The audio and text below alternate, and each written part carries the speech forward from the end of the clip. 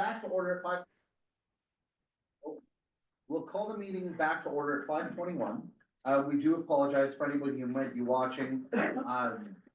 We're experiencing some technical difficulties. If you can hear this, the irony is that we are not, in fact, experiencing difficulties. You might not be able to hear our voices or sound. So that being said, Councillor Race, you are up next in the queue. Okay, thank you, sir. So through the chair to administration, the motion on the floor is requesting we take money out of the reserves. So 2024 budget surplus we've given, we will get money back. And if we do, that money would come into operations, then be diverted to reserves. So could we as a council not motion that the 250 that we're taking out now to offset the money we're paying for the clinic, we could use that 2024 budget surplus and put it back into the reserves? Through the chair to members of the council, I think we're tying the two together, and I don't think it's necessarily appropriate to do so. I think we can dictate it to come from reserves, and then depending on if there is a surplus realized, then we can always make the decision on where that goes. But some of the surplus that you see, it's additional revenue, but that would go into specific reserves dedicated based on the cause of it, and usually, and most of what you see here is just some additional revenue that we realize. Specific fire was the one big one. So, you know, we're getting very close, so I wouldn't count it quite yet or tie it, but I think once, for example, if when we are setting the tax rates sometime in, I think, March, and if we do have that realized, we do have our audited financials, we could make a decision to come from a reserve that's being topped up by some surplus. Okay, good, thank you. Councillor Taylor? I want to modify that along the lines that we've talked, and I think the modification with your help down there is that council seek consensus that the 250,000 in the Hinton Healthcare Foundation funds come from reserves, and that any money coming from the provincial government for healthcare be used to offset the draw on reserves.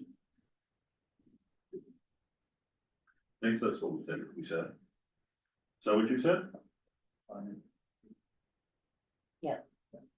Okay. That gives at least some hope that the reserves will be topped up. Councillor Taylor, if you can just help Ms. Davy Campbell finish that off, please. Oh,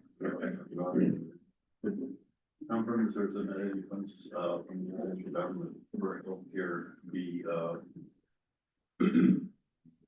Used to offset, I think is what you said. used to offset the draw on reserve.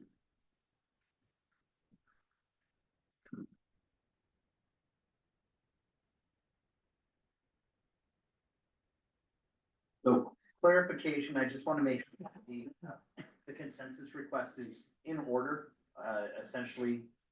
Admin, do you have any concerns about that as it's written? Through the chair, I conferred with Ms. Borbeau, and that should be fine. We understand that the grant would be used, and then we would just pull less from reserves. Okay, sounds good. Council, any additional comments? Seeing none, then once it's up on our screens, I will call it a question. We'll call the question that committee seek consensus that $250,000 of the Hinton Healthcare Foundation fund comes from reserves, and that any funds from the provincial government for healthcare be used to offset the draw on reserves. Council, you can please vote electronically now. So if you can give me a thumbs up or a thumb down, okay? So that's Councillor Taylor and Councillor Chambers in favor. 3, 4, Oh, she was in favor, okay, perfect. Okay. So then that is carried, 5-2 with Counselor Hawes and Ostashik again.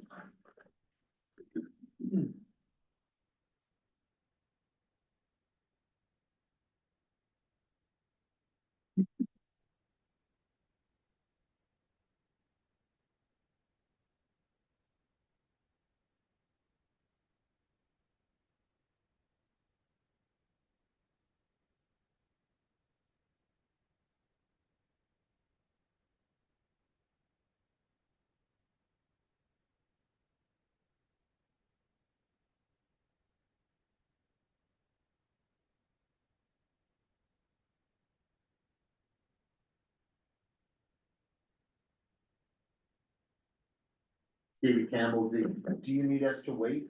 Well, oh, okay, okay, sounds good. Okay, so council, the floor is open.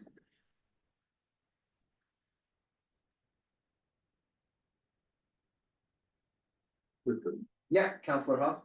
um, for clarification, and I'm sure Ms. Bourbeau was sitting there, you know, with what we've done already tonight and what impact that has on the tax percentages, could you comment on that, just? I was looking for the exact ratio, but I couldn't.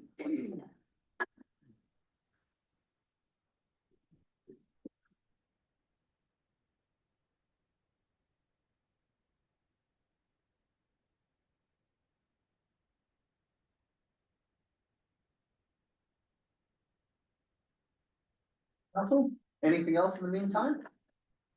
Counselor Chambers. You just- Oh, no, I apologize, Counselor Chambers, it was Counselor Stashik next. Thank you, Mr. Chair. Sorry, just going back to the direction that just passed. Because there wasn't any direction regarding what reserve that should come from. Into the reserves.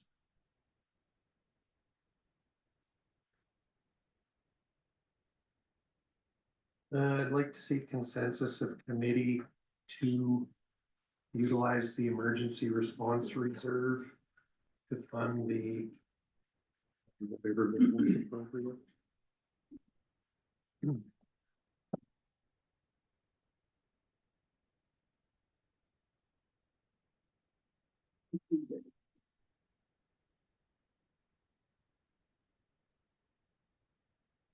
Administration, the wording on the board that committee seek consensus to utilize the emergency funds reserve to fund the Hinton Healthcare Foundation, Emergency response reserve. emergency response reserve.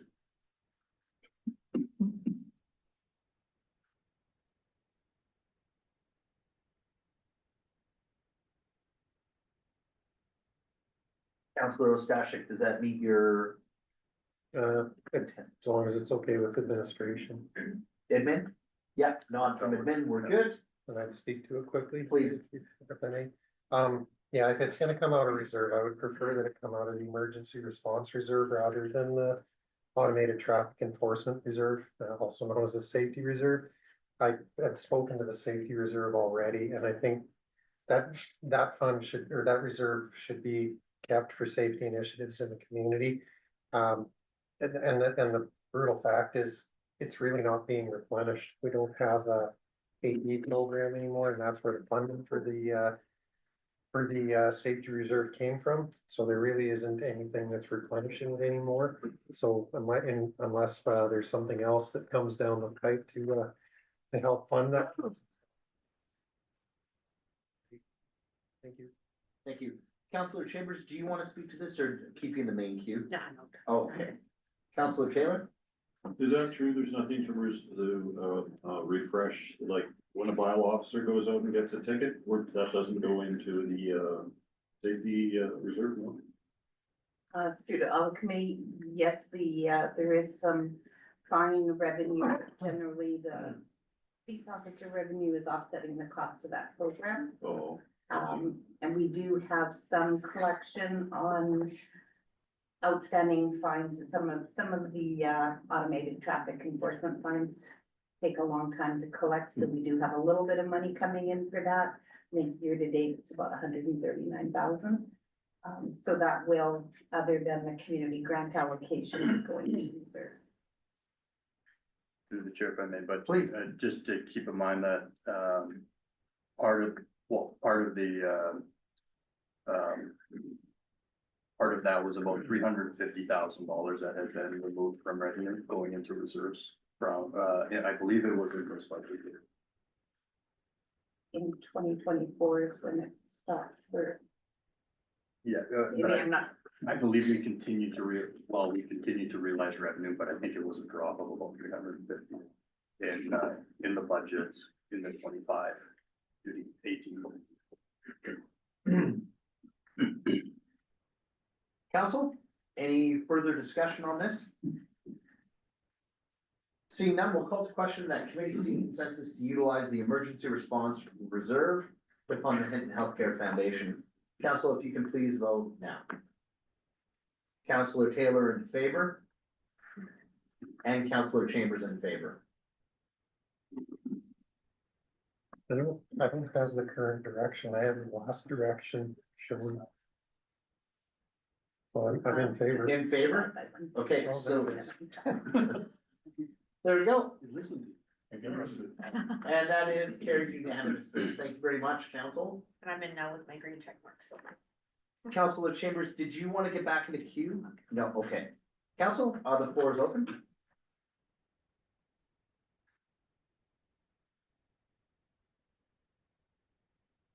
Councillor Taylor. I would like us to reconsider the, requirement to hire a, health and safety assistant.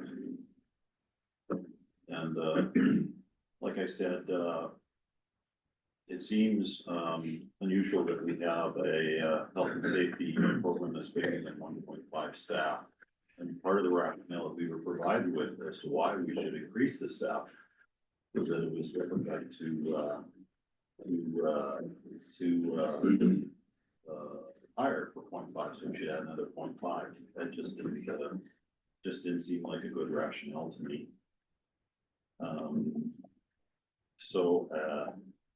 Like a lot of businesses, when it comes to health and safety, yeah, health and safety is important, but health and safety doesn't get the snow shovel, health and safety doesn't get the grass cut, health and safety doesn't get the weeds done, and the province has mandatory requirements, that take care of the safety needs, provincial and federal regulations. And, and we weren't provided with any data on why we were increasing this position. And I just can't see increasing a position like this unless I know that, we're not meeting obligatory, provincial or federal health and safety regulations, which are designed to keep us safe. Or, the insurance, rates for WCD are going up because of that. Or we've got extra requirements, on us that require, like, when a vehicle, some industries, when they work for an oil and gas company, they have an accident, the oil company may fill out a special report. If there's no onerous requirements that we have, there was absolutely no rationale for extra mandatory requirements. Yeah, I'd like you to reconsider hiring a position when we don't have a objective, data to do it. Thank you. Thank you. I'm gonna start with administration. I have two councillors in queue. I should take another direction, so. Well, just as a point of clarification, Councillor Taylor, your phrasing was, to reconsider. That was your intention. So administration, it was, initially discussed at a workshop. So my understanding is that, is the wording reconsider necessary? Given the fact that it was first discussed only within a budgetary workshop, like, could the wording simply not be to remove it from the draft budget or to remove it from the budget? Through the chair, yeah, I would agree with that. I think the motion can just say, committee seek consensus to remove the health and safety assistant from the 2025 budget. Thank you for that. Councillor Hawes, I left you in queue. Would you like to speak to it? Yeah, knowing that it is a direction now. I guess I'd look to administration maybe, because the way I see this is it saves us potentially in WCBs. It saves us a lot of things, and health and safety is no longer just health and safety. There's a whole other level of health and safety that is also required of an organization. And specifically what I think I'm talking about is psychological health and safety as well, that never was part of this position until just recently. And so, I mean, to expect one person to do this job, and the fact that it's very difficult to hire a part-time position, you know, I just see it's an investment, both in our organization and also our staff as well, to have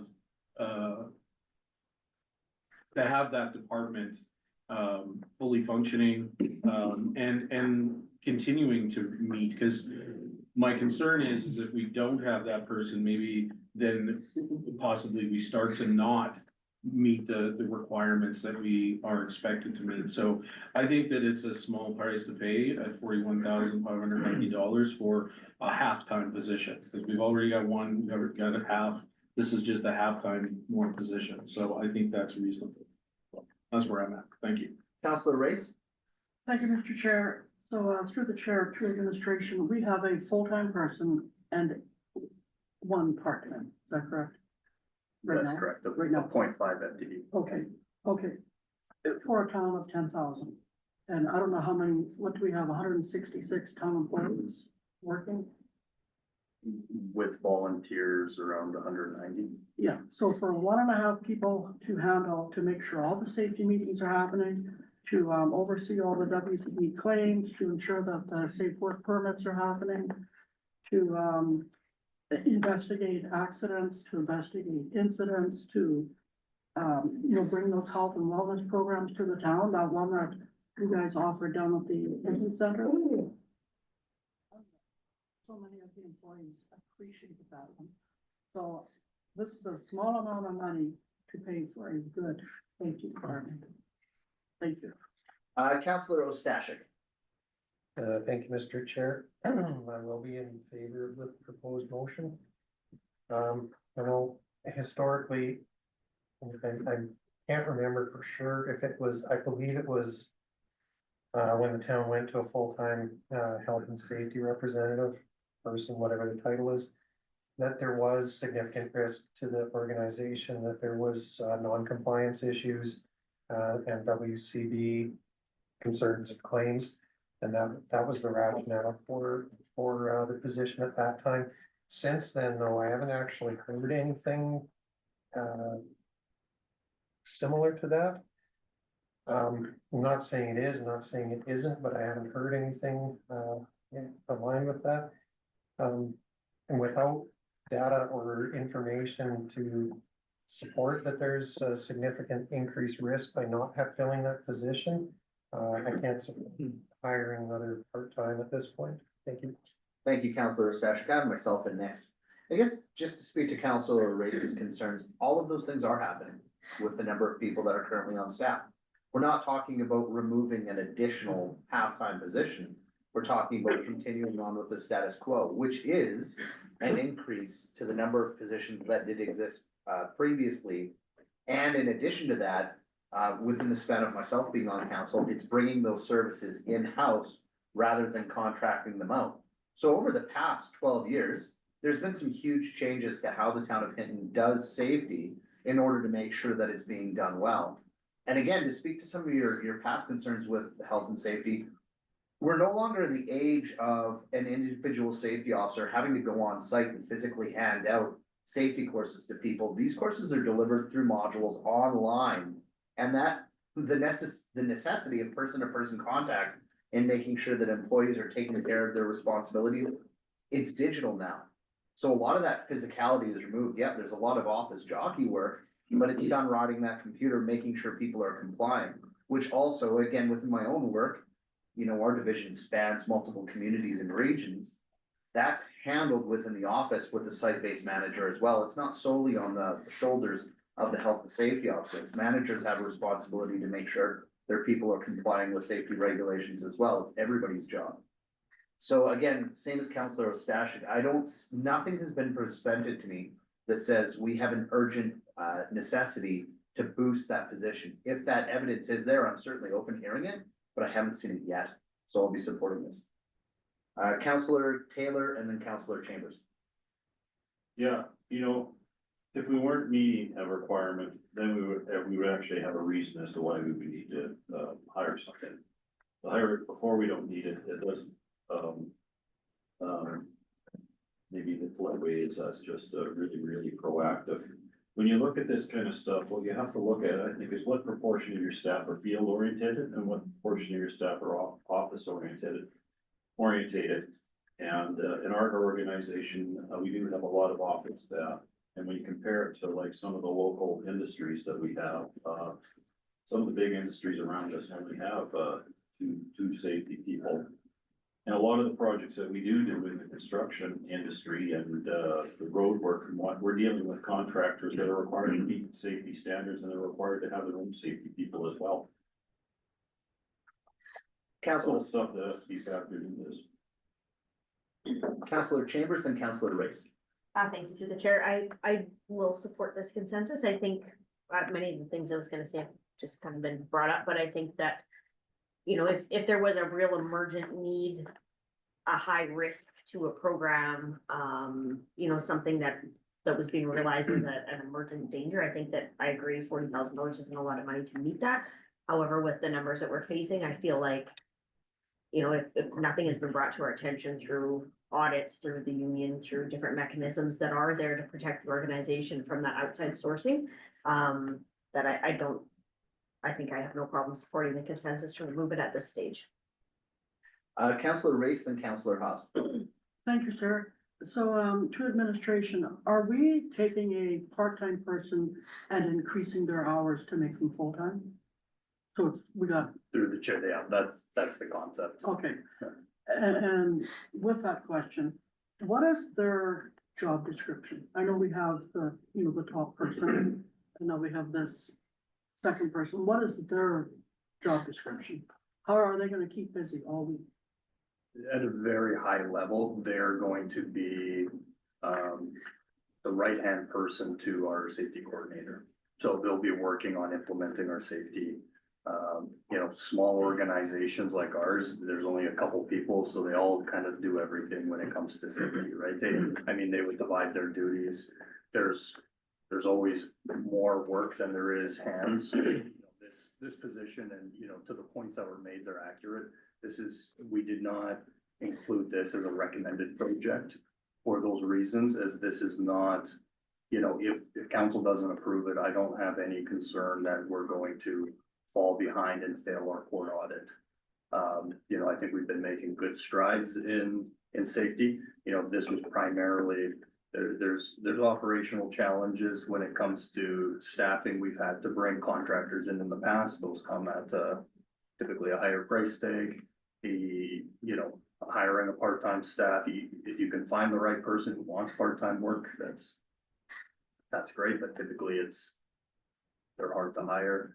So it's more operational challenges, but when it comes to our safety program, I think we've made really good strides and so that was the reason that we didn't actually recommend it. So not having that person, if that is not detrimental to the overall of the town, I'm in support.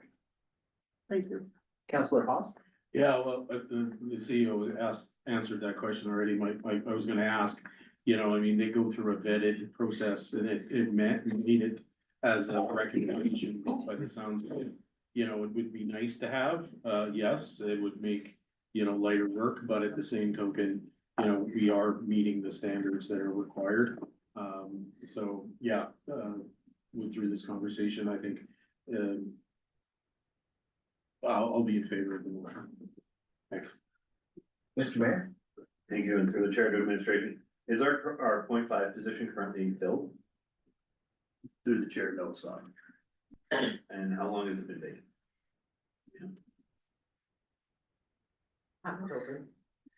October. Since October, so has it been long? I assume the position is currently advertised? Yeah. When does that come to a conclusion? I don't know. Interviews. Interviews are next week. Reviews and expectations. And then can administration give any indication as to, should the position not be filled? What's the cost of contracting out to meet our mandatory requirements if the position is vacant for a longer duration?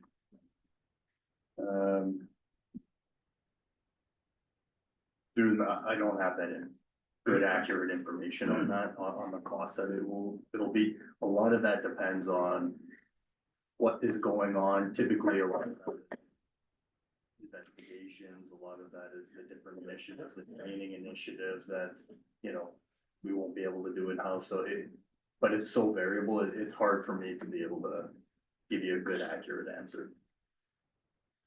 Thank you. Council? Any other discussion before calling the question? Mr. Mayor? So through the chair to committee, it sounds like this, motion might pass, but I would be very interested from administration if we are unable to hire this position. And if that becomes known to administration before the end of this budget process, I would like that information to come back to us. So that we may potentially reconsider this. That is all. Thank you very much. Mr. Mayor, council, anything further on this before calling the question? Seeing none. Ms. Stevie Campbell right now just currently says move, on our, I think at least. Oh, sorry, man. Yeah. Well, there we go, thank you. We'll call the question that committee seek consensus to remove the health and safety assistant from the 2025 budget. Council, if you can please vote now. And Councillor Taylor is in favor. And that is carried 6-1 with Mayor Nissen against. Council, any further discussion? The floor is open.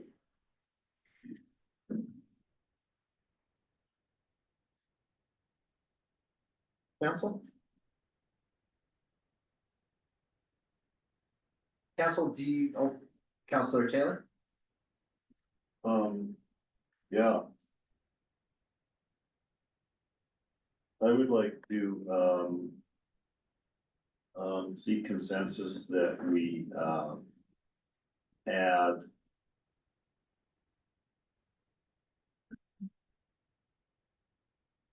X amount, to the revenue line. Sorry, just give us 1 second, Councillor Taylor.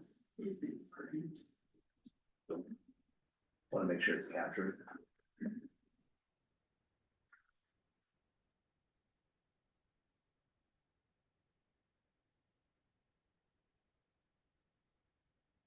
Go ahead. I don't believe we're doing this, at least that's the answer I got, I think, last time I asked this question, but I'd like to see consensus to add, I'm gonna say it and then we might fix it later. A reasonable number for the fire protection export revenue to as a revenue number to the budget. Just if you can give Ms. Stevie Campbell a chance to catch up.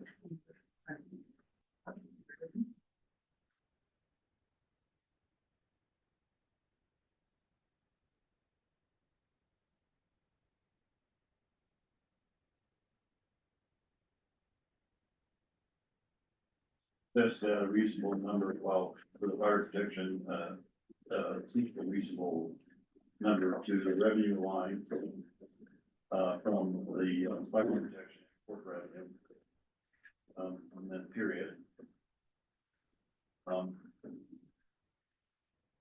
The amount that I would suggest, and reasonable, I believe, would be 50% of the 5-year average that we got in this revenue.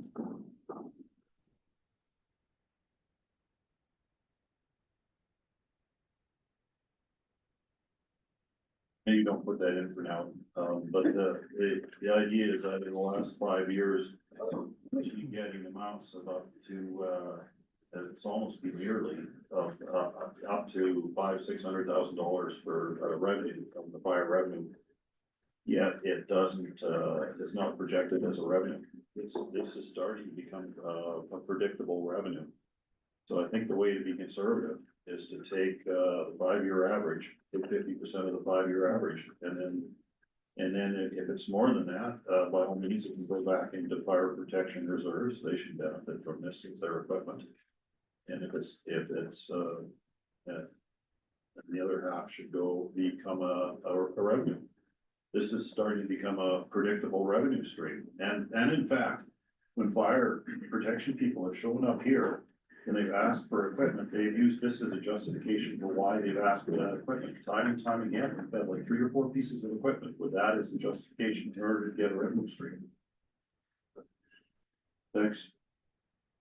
Administration, before we move to council, can you just, comment on the wording, if you understand it, if it works? Yes, I understand it.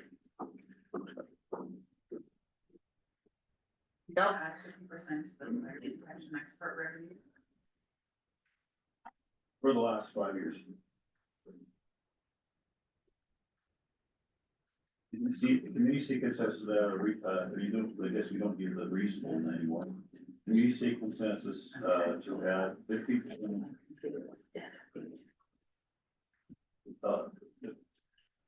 But in committee sequence census to take the 5-year average. Committee sequence census to take 50% of the 5-year average for the fire export revenue. And make a revenue stream out of it.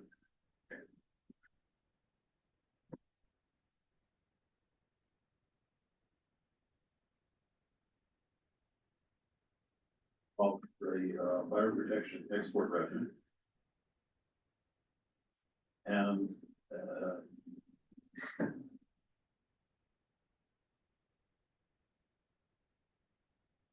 to add this amount to revenues in the budget.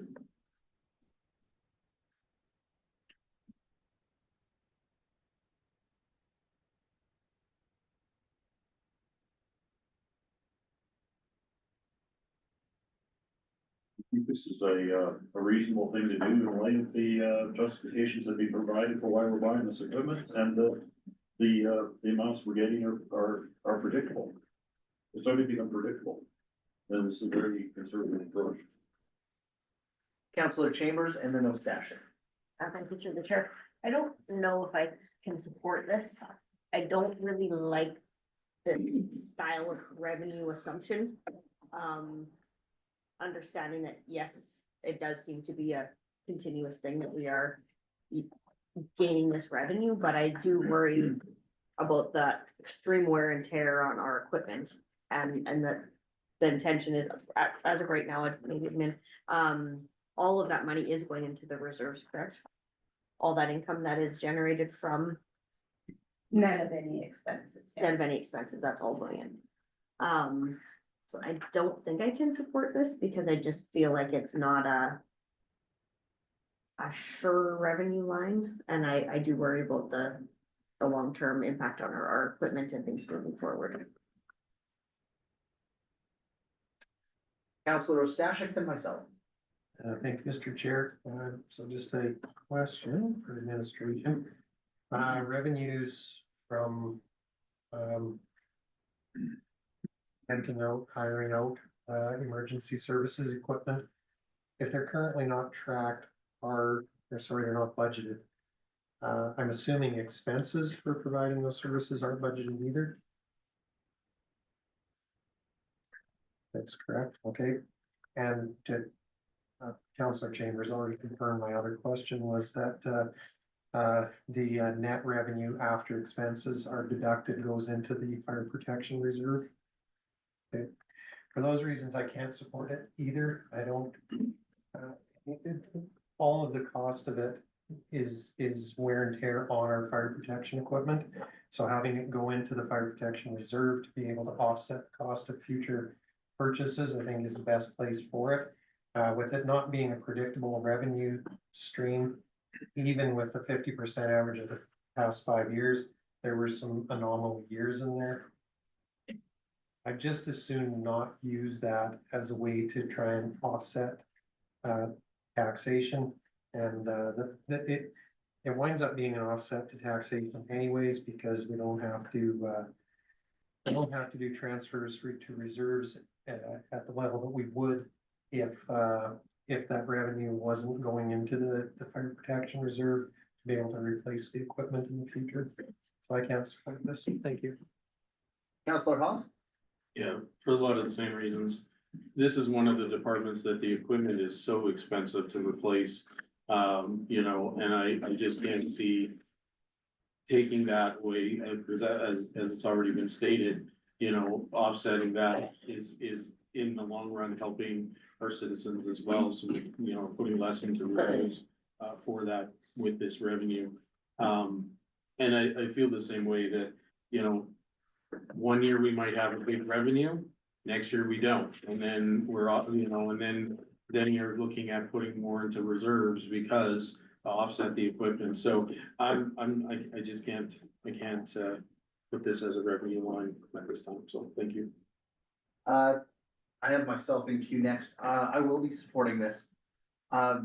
This is really, it's a change to how we've chosen to do business as a municipality.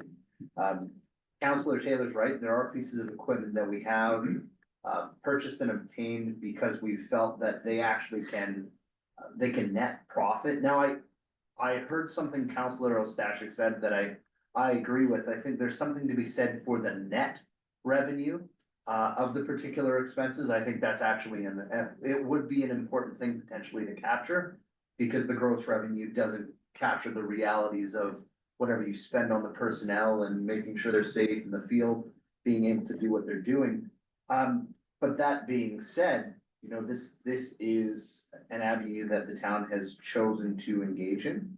I don't think that there is anything wrong with trying to budget for anticipated revenues. We do that with other avenues like bulk water as an example. You're not guaranteed until you receive the total amount at the end of things, and you have to do your best to protect what you think the income is going to be. So yeah, I will be supporting this moving forward. Councilor Stashik? Thank you, Councilor Doon, sorry, Mr. Chair. I'd like to propose an amendment, please. I'd like to amend the direction to read that committee seek consensus to take 50% of the 5-year average of the fire protection export revenue and expenses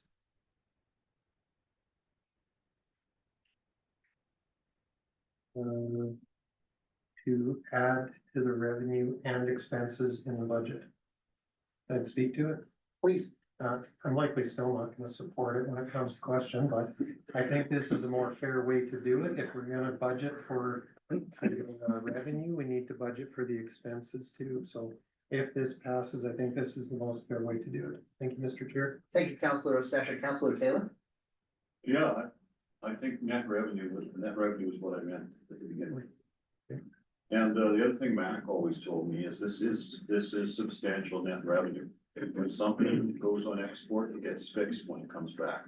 When a fire crew goes on export revenue, they're totally paid for from another budget. We're talking the $10,000 per day you get for this fire truck. That's the money that we're talking about. And like I say, half of the net revenue will go back towards the wear and tear on the fire truck, and the other half will become a predictable revenue stream. Councilor Hawes, then the mayor. Yeah, I just want to clarify, yes, things get fixed if they get broken.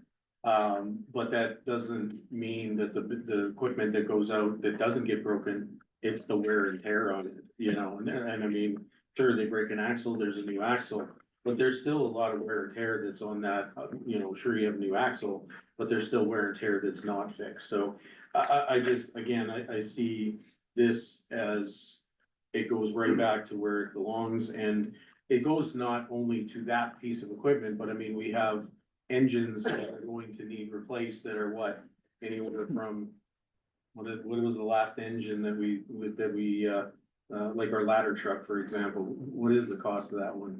$1 million. $1 million or so, you know, so, yeah, I still can't support it, so thank you. Mr. Mayor? Thank you, and through the chair to committee, I can't support the consensus. I agree the amendment makes it a little bit better, but I can't support this consensus. I feel that accounting in this way, where we're assuming revenue from something that is very unsure, is risky, but I think that this is doubly risky because in the event where there is zero revenue from fire protection export, that's the event where there's a fire in the town of Hinton. And it's because we're employing our resources for ourselves that that revenue would go away. And in that year, that's a budget hit that that council and that administration just does not need. So I can't approve or I can't support accounting in this fashion. Thank you. Council, Councilor Race and Taylor. Thank you, sir. To administration. I thought Mac had said when we bought that last vehicle, that bush buggy, that big thing, that when it was deployed and it was making us money, that that money would come back to pay for that vehicle. So is that how we're doing? That's correct, yeah. So I will not support this. Thank you. So I guess I'll put myself back in queue. One of the things that I see is impacting how I am supporting this right now is that if as a municipality, we are properly funding our emergency equipment reserve, then there's not really a lot of impetus beyond that to account for this additional 50%. Because again, we are already in joint service agreements with other areas, and we already provide this equipment regardless. It's going out. Whether we're accounting for 50% or we're not accounting for 50%, we're sending our equipment out to help other communities in other parts of the province. We're sending our firefighters out to these areas to support this. So what I'm hearing from some counselors is, nope, there's extra wear and tear on these items. That's why it should all go into the reserve. This equipment's going out anyway. What we should be doing is making sure that our capital budget over the long term on its own accounts for that wear and tear.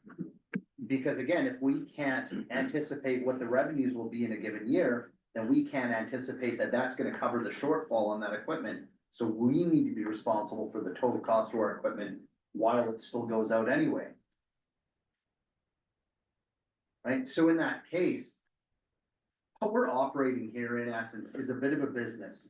The business of going and funding other communities and helping them out by making sure we have a wide selection of equipment. Businesses have capital expenses, businesses have operating expenses. So to that end, to simply put all of the funds that we get back net into the capital side of things, I think it's missing part of the equation. To benefit our town, I think it needs to benefit both sides of the budget. It's a bit of a balancing act, I get. Everybody might not agree with that in principle, but that's why I'll be supporting this. Thank you. Councilor Race? Thank you, sir. So when we got that ladder to administration, when we got that ladder truck, it was $1 million.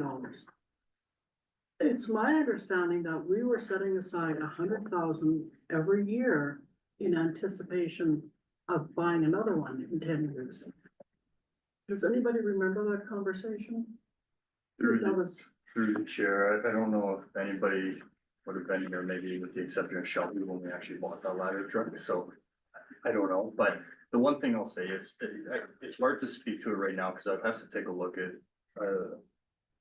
provide an opinion on whether our reserve contributions into this area is sufficient, because I think that's a key piece of the information. We do know that, when we look at our reserves, one of the things, and at least my philosophy is, we currently have been funneling that all into fire. But we've been underfunding every other reserve, and I don't believe that, assets that can derive revenue are, should be funded appropriately, and those assets that don't derive revenue whittle away and.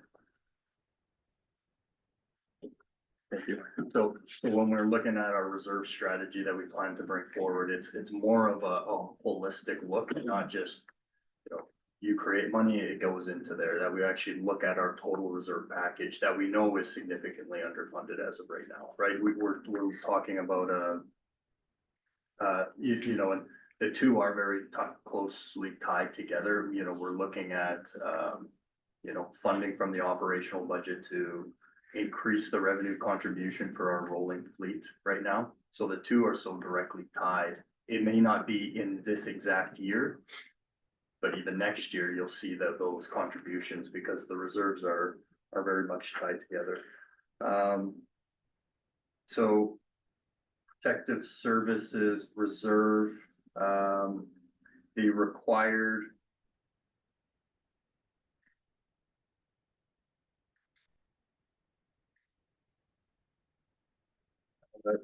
So it appears that on a yearly basis, we underfund our protective services reserve by approximately 2.7 million. Is that correct? Am I reading that correctly?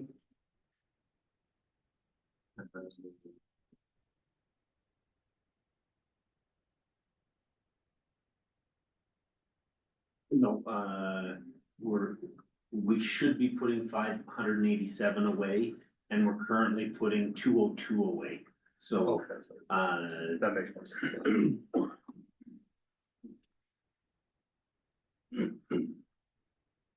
So we're putting away 202,000 a year instead of 500. yes, instead of 587. Thank you. Council? Any further discussion on this item on the floor? Seeing none, then we will call the question as soon as it's up. Oh, Are we voting on the question or the amendment? sorry, the amendment, Mr. Mayor. Absolutely, yes. Thank you for that clarification. Yes, we are voting on the amendment, which is the addition of the 50% to the export, the revenue and expenses, so and expenses in the addition to both, the first part of the statement and the last part of the statement. So again, an amendment only. Council, while that's coming back before us, I'll just give one last call. Any last statements on the amendment? Seeing none?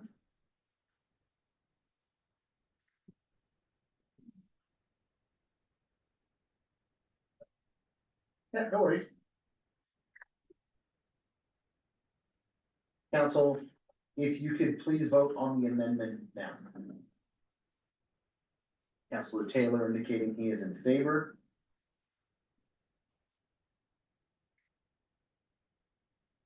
The amendment is carried unanimously, so that brings us back to the motion. Council, any further discussion on the motion?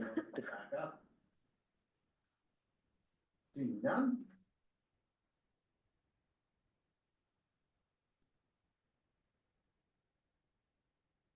We'll call the question that committee seek consensus to take 50% of the 5-year average of the fire protection export revenue and expenses to add to the revenue and expenses in the budget. Council, please vote now. Favor.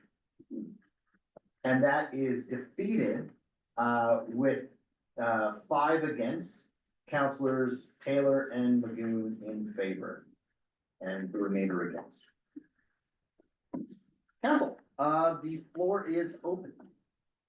Councilor Taylor. I don't want to hog the floor. I'm sure you all came with ideas. If you have any, throw them out there. Okay, in absence of any other ideas, go ahead. The accounting system software, $400,000. Is that an operating, that's an operating item, is it? CAO, if you would please. To the chair, it's an operating item, but we have it proposed being funded through reserves. Oh, so that's already, that's. So it's not affecting the tax rate. Okay, it's one more. Council?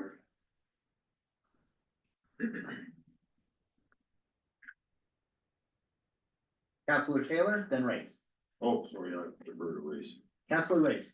So if this is not an appropriate question or the appropriate time to ask it, just let me know and I'll take it back. So in knowing that we we wanna save $580,000 in our fire protection budget, and we're only saving two something, how are we gonna get to that five? Are you guys thinking about that already? Yes, thank you to the chair. So as a part of it, we are planning on getting there. You know, with our rolling asset reserve contribution. Trent, does that also include the fire fleet?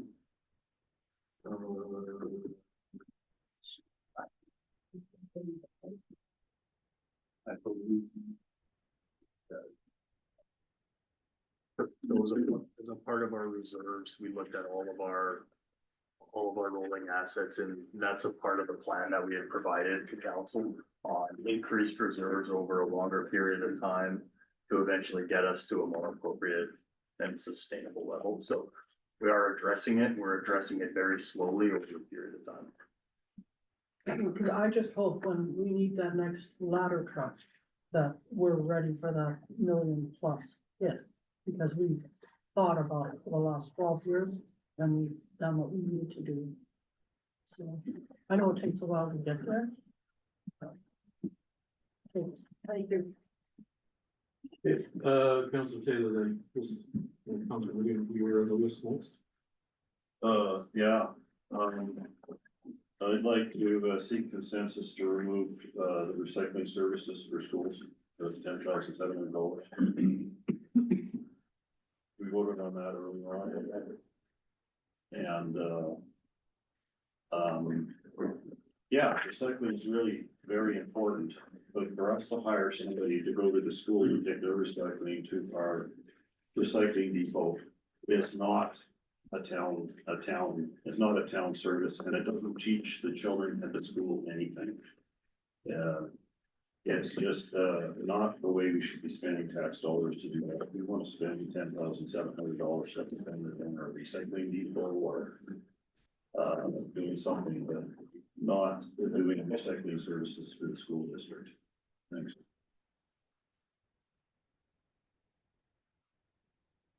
I'll put myself in queue next. So the students aren't responsible for the transport of recycling material to the recycling center. Grade 2 kids don't drive. What they do within the school is they prepare the recycling by making sure that it's centrally located for the staff that need to pick it up. So that's an important point to note when you say that it doesn't teach the students anything. The students recycle. I think the net effect, and I can't speak for my employers in this case, because this would be a facilities decision, is that I think you run the risk of potentially them saying, no, we can't afford this as an extra service, so the amount of volume in your waste goes up. There's a very real reality, I would say. So I'll leave it at that, potentially. Councillor Ostashik? Thank you, Mr. Chair. I'll be speaking in support of the proposed direction.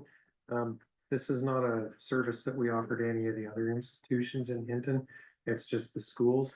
I don't feel that it's that critical to offer them to the schools. And it doesn't bring any benefit to the town of Hinton financially or otherwise. It's an expense that I feel could and should be borne by the institution that's creating recycling materials, and that's a program they want to engage in.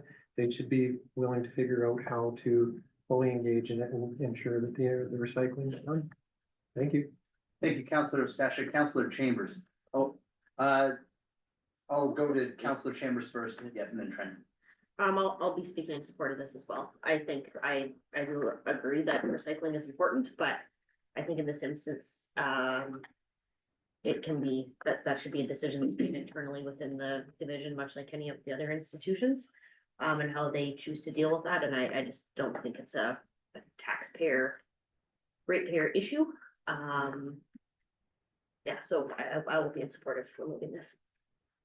I have Mr. McLaughlin, then the mayor, and then Councillor Taylor. If this should pass, I would just like a little bit of clear direction, because when we brought this to council, it was during summer break. And so now that we're in the middle of the school year, I'd just like some direction on how to handle that, considering that our budget starts in January with the school year ends in April. Or June or whatever it is. Thank you, sir. Mr. Mayor, then, University. Councilor Taylor. Thank you through the chair to committee and administration. This item originally came to council a while back when we were talking about the end producer recycling regulations that are coming down the pipe. So the producer consortium is going to be taking over the cost of recycling from the municipality, and this is what, or this cost was not something that was included in that. I'm hoping administration can refresh my memory on when are we anticipating the recycling consortium to take over recycling services and the cost? And, you know, what is the timeline that we're gonna see for that recycling change within our community? Through the chair to all of council, I believe that they take over our recycling center in April. And then they will offer curbside pickup, I think, in 2027. So And if I may follow up, and given that we, again, approved this amount for, the schools in the summer break of the school system, do we have any obligations, contractually or otherwise, to any third parties, for this service that we are currently? I would have to review that to be sure. I don't think we would have any commitments past April when the new people would be taking over our facility, because we haven't set up agreements for the pieces that we want to continue on that yet. So if we did have any contractual agreement, it would be from now till April, and even that, I'm not sure of. I'd have to check. Okay, thank you. Thank you, Mr. Mayor. Sorry, Councilor Taylor, second. I was just gonna say that if, you know, reducing waste in the landfill is one of the objectives of this program, by all means, I think that as part of this project, that the children would want to carry on. and realize that 2-year-olds would drive, so I appreciate you telling me that. That they would be, maybe, encouraged to put a proposal to the Yellowhead Waste Authority, that runs the landfill, and that they might want to subsidize this endeavor in order to encourage, the reduction in the landfill. That would be the appropriate source of money if that's the objective. I'll put myself in queue next. And I don't necessarily disagree with that, but I think in order to foster good communications and relationships with those people in our community, then that might be a discussion to have before making the decision, not on the tail end of the decision, would be my argument. Council, any further discussion on that? Mr. Mayor? And through the chair to committee. As this consensus stands at the moment, I'm not going to be in support of it, but what I would be in support of were an amended consensus that brought the current level of service that the town is providing, right up until the change when the end producers take over responsibility, for either that time or to the end of the school year. I think being a good partner with our schools in town is important. We did, as a council, make the decision to continue this just before the school year, and throwing a wrench in the mix mid-year just doesn't sit quite right with me. And I really do think that maintaining our existing services until the changeover makes a lot of sense. So I would support a motion that removes this after the changeover to EPR. But as it stands right now, I'm not going to be in support of this motion. Thank you. Councilor Taylor? Would you support it if the wording was that seek consents to remove recycling services for the schools for 10,700 after the school year? So in June, when the school year is over, we stop doing this. So that gives them 3 to 4 months in advance notice for the Councilor Magoon's idea that they, you know, go to the waste authority to get funding to do this for good things, and then that gives them good advance notice as well. Would that be of support to you? Mr. Mayor? I would support after the school year. I would question whether having the full dollar amount in that consensus would make any sense. And I would ask administration to confirm that would work. But I would absolutely support this amendment to come into effect post-school year, absolutely. Okay. Councilor Taylor, would you care to comment on that? That's great. I would put the amendment into, I'm putting this in as an amendment to vote on. That, committee seek consensus to remove recycling services for schools after the school year. We don't need it all on it. Council, we have an amendment, to the consensus on the floor, Councilor Hawes. Can I just add, just the year after the school year, what year we're talking, 2025 school year, Yes. just to be clear.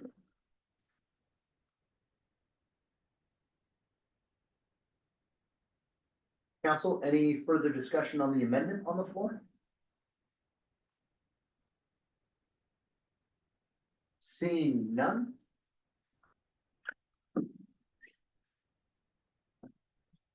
We will, we'll call the amendment to question, which is the addition of the after the 2025 school year. Council, if you can please vote now.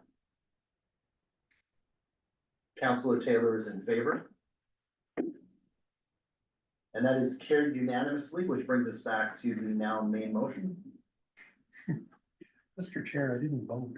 Oh, it said seven. Showed up, but I didn't actually vote. Okay, yeah. Too late. It doesn't matter anymore. Councilor Ostashik, could you just confirm, whether you were for or against? I was in favor, yeah. Okay, good. Council. Oh, okay. Council, we'll call the question one more time, if you could please vote now. Councilor Taylor's in favor. And without any ghost voting, it's very unanimous, the ghost commission. Okay, that brings us back to, the motion. Mr. McLaughlin. Okay, just to finish the discussion in how this relates to EPR, administration is aware of a few items that we're gonna have to bring to council, that we know that EPR isn't going to recycle, and you'll be offered, do you wanna continue this, yes or no? The reason we haven't brought it to you yet is we want the list to be complete, and so we need to finish the negotiations with EPR before we can really bring that to you. So we're aware of a couple of the items that they are not going to recycle, and we'll have to ask you if you wanna continue doing it. But we don't have all the details yet to bring it to you. Council, any further discussion on the motion? Seeing none, as soon as it pops up, we'll call the question. That committee seek consensus to remove the recycling services for schools after the 2025 school year. Please vote now. Councilor Taylor in favor. And that is carried 6-1 with myself against. Councilor Taylor and then Cost. Just a follow-up, question. I'm assuming that relieves the budget pressure by, half of the 10,700, because we're removing half the school year. So that saves us, $5,350. I would say that's a reasonable estimate. Thanks. Councilor Cost. Yeah, so based on with the recycling, on that note, we're budgeting for recycling at this point. But there will be a change in that budget at mid-April, whatever, right? So, which will include that list as to, you know, we may see some reduction in our operational funds for recycling, but we may have to add some costs to pick up that recycling. So that's something that's also not captured in this current budget either, but we can't do anything about it until we actually get there, right? Is that correct? Yeah, that's fair. We're anticipating a savings, as it relates, with EPR rolling in. But we don't know how much to budget at this stage. Right. You'll have a number of decisions to make which will affect that. And so until we get there, we thought the conservative thing to do was leave the budget alone. And then you'll also have a choice of, you know, what do you wanna do with the rates people are paying? Like, so, you know, there may be some savings and you may offset that by no longer charging them for recycling. So it might not actually have a positive impact on your budget. So at this point, we thought it's best to just leave it alone. Fair enough. Thank you. Council, floor is open, Mr. Yeah. Chair, if I could, it's, please. Cause it matches up well with some of the numbers that we were thinking about, but right now I believe we're sitting at 4.68, Alicia. 4.38. Minus the 5,000. 4.3 minus the 5, okay, thank you. But just, I just wanted to, again, reiterate some of the factors in this budget that we have offset through reserves. So the 1.4 million, the 397 from RCMP, that increase, we've lowered it a couple times for a few different reasons, but that cost will be coming back. Even if ongoing clinic operations, say we cut that in half, the next term of council will be looking at a base rate if they want to catch these things up at about the tax rate we're talking about now, even a little bit higher at about 4.675. So if we want to get this budget that we're talking about in alignment with the budget practices that we've spoken about, the next term of council will be looking at a baseline. That's before any COLA, that's before any operational increases or projects. But, if we are looking at this in 4 years, the increases are already higher than we're talking about now for the next 4. So, obviously there's wiggle room. You can extend that out, but the further you extend it, the higher those rates go, right? Even talking about our utilities and extending that by 4 years. We originally had planned for that to happen. When we were doing the projections, we projected that occurs quickly. So our utility rates are also going to have to increase, in exchange for continuing to offset revenue for 4 years, which is still a material amount of time when you're only looking at a 20-year timeline. So, my caution here is, don't rely on reserves too much because, we will be paying this budget off for a long time. Councillor Hawes. Well, I appreciate that, CEO Panasic, but and then the other thing that comes to mind, because we have not discussed the potential for the rec center and the amount of money that we're going to have to put aside for that and things like that. So I mean, there's that as well that, I realize it hasn't been an official decision, but I mean, our last strategic, it seemed the majority of council was very interested in pulling a trigger finally on doing something about the improvement to our rec center. It's one thing that I personally have heard in the community from everyone I spoke to, that when is this going to happen? And, so I think there's that other addition, we keep pushing the can down and we do have some other projects that we need to discuss in 2025 that will impact 2026 as well. So, thank you, Mr. Chair. Thank you. I guess building off of that a little bit, and I want to preface this with, I don't even know if I would agree with the item in principle, but I do want to ask about budgeting for it if it was the will of council. Some of the high level discussions around the rec center, whether it be upgrades as it is in place or rebuilds, whatever. There has been back and forth in the past about, and Councillor Taylor's spoken to it quite extensively, plebiscites as an example. My understanding is plebiscites can cost upwards of, the last time I heard an estimate was like 13,000, between $10,000 and $13,000. Is that accurate? Would be my first question. Through the chair, can I ask if that number came from us? Years, yes. Well, sorry, hold on. With qualification, it came from administration, but Okay. certainly not the administration of this state. Yeah. Through the chair, only reason I asked is I don't remember ever mentioning those things, but I would say that's probably accurate, now, if you're looking at a plebiscite alongside an election, I don't know what the financial impacts. You already have the room, you already have the volunteers. I imagine that's significantly less, but Okay. if you just wanted to do a plebiscite, I imagine that's Okay, that's, accurate, yeah. okay, that's all I needed to know. Thank you. Council, floor is open. Councillor Taylor. The one piece of information I don't have, is, With everything that we've done right now, what's our projected, reserve balance at the end of 2025 gonna be? It was gonna be like 19 or 19.5, wasn't it? So forecast at the end of 2025 with operating and capital prior to anything made tonight was to be 14 million, so I believe there's another 400,000, 450,000 would come out of reserve this evening, so would be about $10 million. The reserve balance? The reserve balance at the end of 2025. It'll be about 13.9, 13 minutes. Oh. I thought it was gonna be 18 or 19. Chair, if I could, that's the Yeah. forecasted balance at the end of 2024. I was talking about the forecasted balance at the end of 2025. Oh, I see, and that's 13 or 14. Yeah, 13.8 or 13.9. in and around.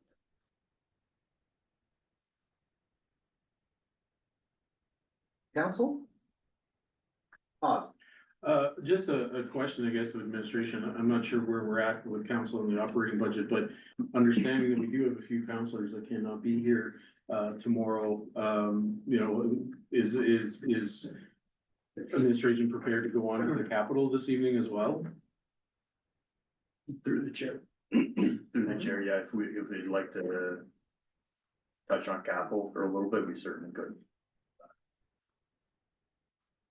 Council, For your privilege?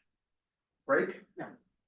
Council, that'll give council a chance to discuss what you might wanna see for the rest of the evening. Let's call a 10-minute break at 6:33, we'll reconvene at 6:43, please.